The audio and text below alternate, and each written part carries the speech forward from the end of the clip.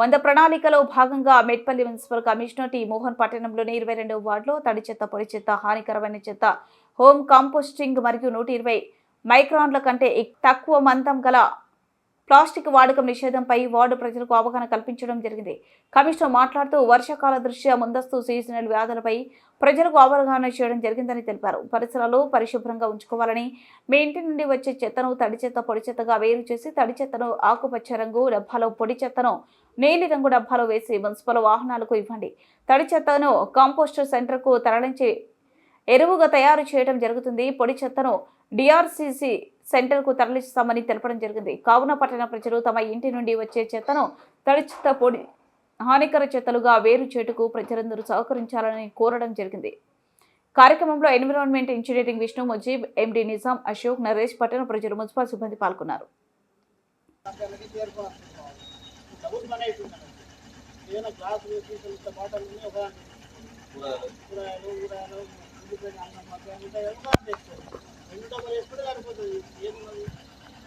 చెప్తున్నాం మాకు ఈ కార్యక్రమాలు గవర్నమెంట్ పరిస్థితి పొడిచితే వేరు చేస్తున్నాం, మిషనరీస్ వచ్చినాయి. ఇది ఇప్పుడు పర్యావరణానికి ముక్కుగా ఇవన్నీ ఇవి ఆడిలో వాడేస్తాం. మీరు ఇచ్చినట్టు ఇంటికి ఆ డబ్బులు వాడేస్తున్నాం అంత ఉపయోగిస్తున్నాం. గట్టిగా వీలైతుంది డబ్బాలు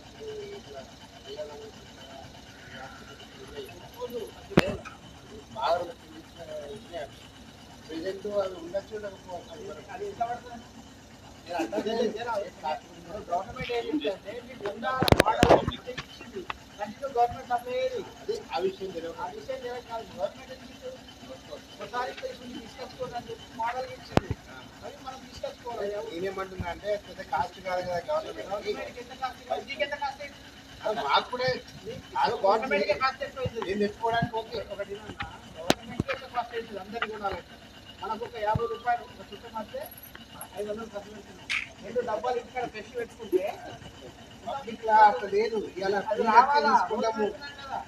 ఇప్పుడు కార్యక్రమం డబ్బాలు లేవు అయితే పబ్లిక్ ఎట్లా